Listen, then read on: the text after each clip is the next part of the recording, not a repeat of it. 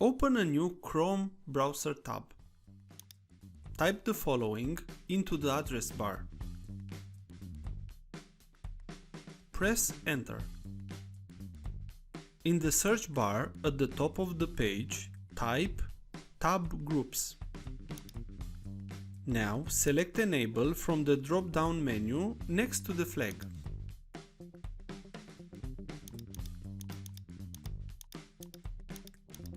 If this was useful, please thumbs up, share and subscribe, as this will help me a lot. Thank you, bye bye.